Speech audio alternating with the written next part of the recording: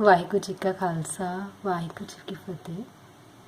Dear students, in yesterday's lecture we have studied about the ionic compounds, that is properties of ionic compounds. Almost we have studied 7 properties.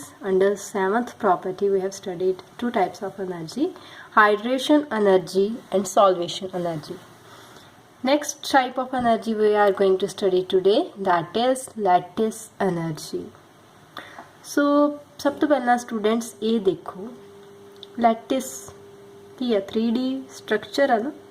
मैं तुहानू दिखाया C sodium chloride किस तरह join कर करके एक sodium 6 chloride दे नाल घिरिया हुंदा, एक क्लोराइड आयन 6 सोडियम दे नाल घिरिया हुंदा. सो 3D बॉक्सेस क्यूब्स ਜਿਹੜੇ जुड़ी जाते तो वो ही गेट द क्रिस्टल लैटिस. ठीक है. हुण देखो सोडियम सीगा, सोडियम ने इलैक्ट्रॉन लूज किया गैशियस स्टेट, क्लोरीन ने इलैक्ट्रॉन गेन किया gaseous state, and they form ionic compound, that is sodium chloride, which is in solid state. So बेटा ये वाले process ਦੇ ਵਿੱਚ energy release ਹੁੰਦੀ ਹੈ. ठीक है. ਜਦੋਂ लैटिस ਦੀ formation ਹੁੰਦੀ ਹੈ, ਕਿਉਂਕਿ लैटिस crystal लैटिस बहुत stable ਹੁੰਦਾ ਹੈ, ਜਦੋਂ ਦੀ formation ਹੁੰਦੀ ਹੈ ਸਾਡੇ ਕੋਲ energy release ਹੁੰਦੀ ਹੈ. ਉਸ ਜਿਹੜੀ release ਹੋਈ energy ਨੂੰ ਅਸੀਂ ਕੀ ਬੋਲਦੇ ਹਾਂ? Lattice energy. The amount of energy released when 1 mole of an ionic compound is formed from gaseous cation and anion. This one is gaseous cation and this one is gaseous anion. And 1 mole of ionic compound is formed from these two ions. So इस process ਦੇ ਵਿੱਚ ਜਿਹੜੀ energy release ਹੁੰਦੀ ਹੈ, ਮੈਂ ਦੁਬਾਰਾ emphasize ਕਰ ਰਹੀ ਹਾਂ ਕਿਹੜੇ word ਨੂੰ? Release. So energy release ਹੁੰਦੀ ਹੈ तो ਅਸੀਂ ਕੀ ਬੋਲਦੇ ਹਾਂ? Lattice energy. बेटा ਅਸੀਂ ਬੜਾ ਹੀ ਇੰਟਰਸਟਿੰਗ ਜਿਹਾ ਅੱਗੇ ਹੈ, ਬਹੁਤ ਹੀ ਸਿੰਪਲ ਵੀ ਹੈ. ਆਪਾਂ ਲੈਟਿਸ એનર્ਜੀ ਨੂੰ ਦੇਖਣ ਲਈ ਨਾ ਆਪਾਂ ਨੂੰ ਮੈਜ਼ਰ ਕਰਨ ਲਈ ਕੋਈ ਸਾਡੇ ਕੋਲ ਡਾਇਰੈਕਟ ਮੈਥਡ ਅਜੇ ਤੱਕ ਨਹੀਂ ਹੈ. ਇੱਕ ਇਨਡਾਇਰੈਕਟ ਮੈਥਡ ਹੈ, ਵੈਰੀ ਇੰਪੋਰਟੈਂਟ ਹੈ, ਬੌਰਨ ਹੈਬਰ ਸਾਈਕਲ. ਕੀ ਨਾਮ ਇਹਦਾ? Born Haber cycle. ਇਹਦੇ ਵਿੱਚ ਕੀ ਹੁੰਦਾ ਬੇਟਾ ਅਸੀਂ ਦੇਖਣਾ. ਇੱਕ ਆਪਾਂ ਡਿਫਾਈਨ ਕਰਨੀ heat of formation. Heat of formation ਕੀ ਹੁੰਦੀ ਹੈ? Amount of heat released when 1 mole of compound is formed from its elements in pure and stable state. बेटा देखो सोडियम सानू केड़ी स्टेट च मिलदा है? लैब च देखिया ना sodium, sorry for disturbance, lab च सोडियम देखिया ना कैरोसिन ऑयल च स्टोर कीता हुंदा है. तो सोडियम केड़ी स्टेट च हुंदा? Solid state. It मीनस most stable form जिहड़ी सानू सोडियम दी मिलदी है रूम टैंपरेचर ते दैट इज सॉलिड. क्लोरीन बेटा सानू गैशियस स्टेट ते मिलदा है. Cl कला नहीं मिलता जे Cl ਜਿਹੜਾ ਉਹ Cl ਦੇ ਨਾਲ ਬੌਂਡ ਬਣਾ ਕੇ Cl2 ਦੀ ਫਾਰਮ 'ਚ ਮਿਲਦਾ ਹੈ. ਕਲੀਅਰ. ਸੋ ਇਹ ਤੋਂ ਬਣਦਾ ਸਾਡੇ ਕੋਲ ਸੋਡੀਅਮ ਕਲੋਰਾਈਡ. ਮਤਲਬ ਹੀਟ ਆਫ ਫਾਰਮੇਸ਼ਨ ਕੀ ਹੈ ਬੇਟਾ? ਅਸੀਂ ਇੱਥੇ ਅਨਾਇਨ ਕਟਾਇਨ ਦੀ ਗੱਲ ਨਹੀਂ ਕਰ ਰਹੇ, ਇੱਥੇ ਅਸੀਂ ਮੋਸਟ ਸਟੇਬਲ ਸਟੇਟ ਤੋਂ ਉਹ ਅੱਗੇ ਪ੍ਰੋਸੈਸ ਵੱਖਰੇ ਵੱਖਰੇ ਆਉਣਗੇ, ਹੈ ਨਾ, ਸਟੈਪਸ ਆਉਣਗੇ. ਆਪਾਂ ਇਹ ਹੀਟ ਆਫ ਫਾਰਮੇਸ਼ਨ ਕੀ ਕਹਿ ਰਹੀ ਹੈ ਕਿ 1 ਮੋਲ ਅਸੀਂ ਕੰਪਾਊਂਡ ਬਣਾਉਣਾ ਹੈ. ਕਾਦੇ ਤੋਂ ਬਣਾਉਣਾ ਹੈ? ਉਹਦੇ ਜਿਹੜੇ ਐਲੀਮੈਂਟਸ ਹੈ ਕੰਪਾਊਂਡ ਦੇ, ਕਿਹੜੇ ਕਿਹੜੇ ਐਲੀਮੈਂਟਸ ਹੈ? ਸੋਡੀਅਮ ਤੇ ਕਲੋਰੀਨ. ਠੀਕ ਹੈ. ਇਹਨਾਂ ਦੋਨਾਂ ਐਲੀਮੈਂਟਸ ਨੂੰ ਅਸੀਂ ਇਹਨਾਂ ਦੀ ਮੋਸਟ ਸਟੇਬਲ ਫਾਰਮ 'ਚ ਲੈਣਾ. ਸੋਡੀਅਮ ਦੀ ਸਟੇਬਲ ਫਾਰਮ ਕੀ ਹੈ? ਰੂਮ ਟੈਂਪਰੇਚਰ ਤੇ ਸੋਲਿਡ ਹੈ. ਕਲੋਰੀਨ ਦੀ ਕੀ ਹੈ? ਗੈਸ਼ੀਅਸ ਹੈ. ਅਸੀਂ ਉੱਦਾਂ ਲੈ ਲਿਆ. ਹੁਣ ਤੁਸੀਂ ਕਹੋਗੇ ਕਿ ਕਲੋਰੀਨ ਮੈਮ ਕੱਲਾ Cl ਕਿਉਂ ਨਹੀਂ ਲਿਖਿਆ? ਕਿਉਂਕਿ ਬੇਟਾ ਸਾਨੂੰ ਆਕਸੀਜਨ ਦੇ ਵਾਂਗੂ ਸਾਨੂੰ ਕੱਲਾ O ਨਹੀਂ ਨਾ ਮਿਲਦਾ, ਸਾਨੂੰ O2 ਮਿਲਦਾ. ਸਿਮਿਲਰਲੀ ਕੱਲਾ ਕਲੋਰੀਨ ਨਹੀਂ ਮਿਲਦਾ, ਸਾਨੂੰ ਕੀ ਮਿਲਦਾ? Cl2. Cl ਦੇ ਵਿੱਚ ਸਿੰਗਲ ਬੌਂਡ ਹੁੰਦਾ, ਇਹ ਸਾਨੂੰ ਮਿਲਦਾ. ਠੀਕ ਹੈ, ਸਟੇਬਲ ਫਾਰਮ ਦੇ ਵਿੱਚ. ਸੋ ਅਸੀਂ ਡਿਸਕਸ ਕਰਦੇ ਹਾਂ ਬੇਟਾ ਫਰਸਟ ਵਨ ਇਹੀ ਹੈ. ਠੀਕ ਹੈ. ਹੁਣ ਦੇਖੋ ਮੈਂ ਇੱਧਰ ਨੂੰ ਜਾਣਾ, ਧਿਆਨ ਰੱਖਣਾ. ਇਹ ਸਾਡੇ ਕੋਲ ਓਵਰਆਲ ਰਿਐਕਸ਼ਨ ਹੈ, ਇਹਦੀ heat of formation delta HF. ਠੀਕ ਹੈ. ਹੁਣ ਦੇਖੋ ਕੰਸੀਡਰ ਕਰੋ ਸੋਡੀਅਮ. ਹਾਂਜੀ ਜੀ, ਸੋਡੀਅਮ ਤੋਂ ਸਾਨੂੰ ਪਤਾ ਜੀ this is a metal, it has electropositive nature, it will lose the electron, but before losing the electron its solid state has to come in the gaseous state. This is very important क्योंकि ਅਸੀਂ ਆਇਨਾਈਜੇਸ਼ਨ energy 'ਚ ਬੇਟਾ ਕੀਤਾ ਸੀਗਾ. Ion ਇਹ ਇਦਾਂ ਨਹੀਂ ਬਣਾ ਲੈਂਦੇ, ਆਇਨ ਅਸੀਂ ਗੈਸ਼ੀਅਸ ਸਟੇਟ ਤੋਂ ਬਣਾਉਂਦੇ ਹਾਂ. ਸੋ ਸੋਲਿਡ ਤੋਂ ਗੈਸ ਜਾਣਾ ਕੀ ਹੁੰਦੀ? ਕਿਹੜਾ ਪ੍ਰੋਸੈਸ ਹੁੰਦਾ? ਸਬਲੀਮੇਸ਼ਨ. ਕਿਹੜੀ એનર્ਜੀ ਚਾਹੀਦੀ ਹੈ? ਸਬਲੀਮੇਸ਼ਨ એનર્ਜੀ. ਔਰ ਇਹ ਚਾਹੀਦੀ ਹੈ ਪੋਜ਼ਿਟਿਵ ਸਾਈਨ. ਇੱਥੋਂ ਇਹਦਾ ਪਤਾ ਲੱਗ ਗਿਆ. ਠੀਕ ਹੈ. ਇੱਧਰ ਨਹੀਂ ਇਹਦੇ ਕਿਤੇ ਕਿਸੇ ਨੇ ਦੇਖਣਾ. ਠੀਕ ਹੈ. ਫਿਲਹਾਲ ਤੁਸੀਂ ਇੱਥੇ ਹੀ ਚਲੋ. ਹਾਂਜੀ ਜੀ, ਹੁਣ ਆ ਗਿਆ ਸਾਡੇ ਕੋਲ ਸੋਡੀਅਮ ਗੈਸ਼ੀਅਸ ਸਟੇਟ 'ਚ. ਹੁਣ ਅਸੀਂ ਸੋਡੀਅਮ ਤੋਂ ਬਣਾਉਣਾ ਕਟਾਇਨ, मतलब ਇਹ ਚੋਂ ਇਲੈਕਟ੍ਰੋਨ ਵੈਲੈਂਸ ਜਿਹੜਾ ਲੂਜ਼ ਕਰਾਉਣਾ। ਕਿਹੜੀ એનર્ਜੀ ਚਾਹੀਦੀ ਹੈ? Ionisation energy that is required, so its sign is positive। ਇੱਥੇ ਤੱਕ ਬੇਟਾ ਕਲੀਅਰ?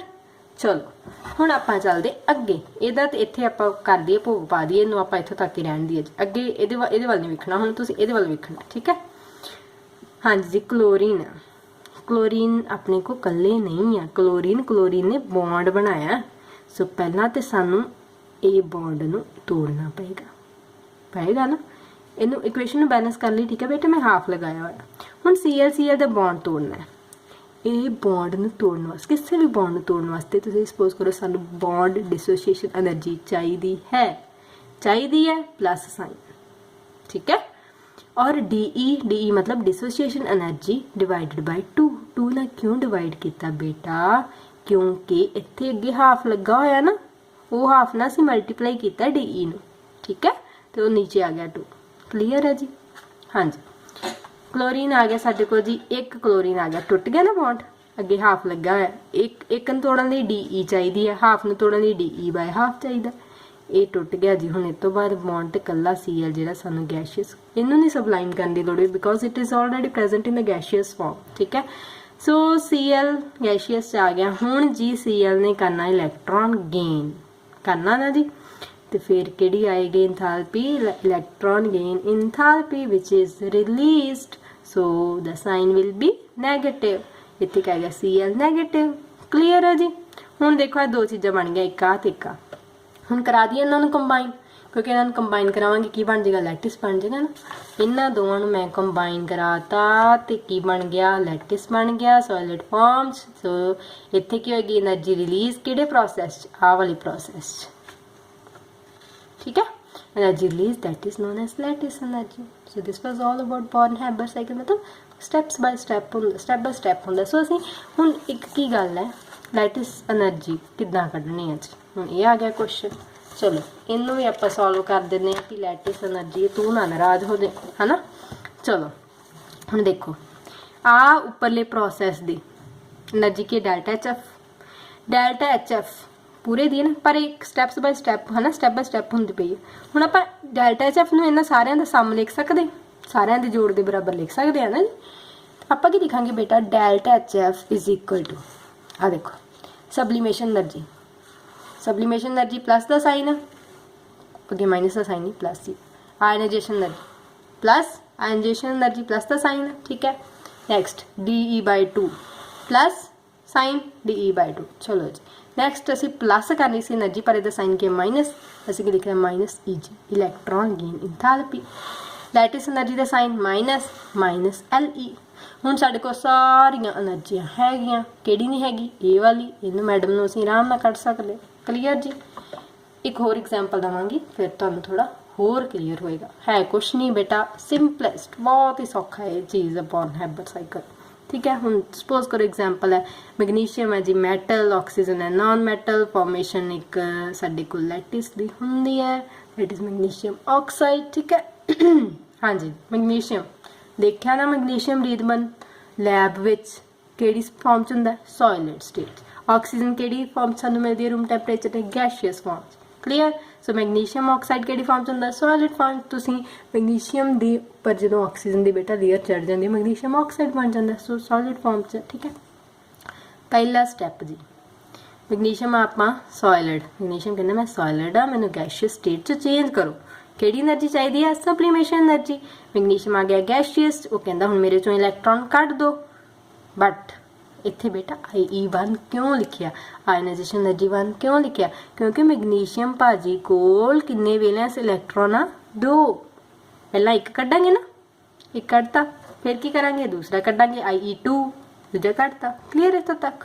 ਹੁਣ ਆਕਸੀਜਨ ਆ ਗਿਆ ਜੀ। ਆਕਸੀਜਨ ਕਹਿੰਦਾ ਵੀ ਉਹ ਤੇ ਉਹ 'ਚ ਡਬਲ ਬੌਂਡ ਆ ਜੀ। ਇਹ ਬੌਂਡ ਨੂੰ ਤੋੜਨ ਲਈ ਡਿਸੋਸੀਏਸ਼ਨ એનર્ਜੀ ਮੰਨ ਲਓ DE ਚਾਹੀਦੀ ਹੈ, ਬਟ ਅੱਗੇ ਹਾਫ ਲੱਗਾ, 2 का 2 ਨਾਲ ਡਿਵਾਈਡ ਕਰਤਾ, प्लस आ गया, ओ गैस से चेंज हो गया, सेम वही स्टेप्स फॉलो हो रहे हैं। नेक्स्ट बेटा O ने इलेक्ट्रॉन करना gain, so first electron gain enthalpy होंदी है नेगेटिव, सैकेंड उसे वास्ते की होंदी है पॉजिटिव। ये चीज़ याद रखनी, रिमेंबर इट के first electron gain enthalpy is always negative, second is always positive. क्योंकि मैं दस्सिया सी बेटा रीजन रिमाइंड करो इलैक्ट्रॉन रिपल्शन होंदी है नहीं चेता तो दोबारा पढ़ो वो लैक्चर ठीक है जी।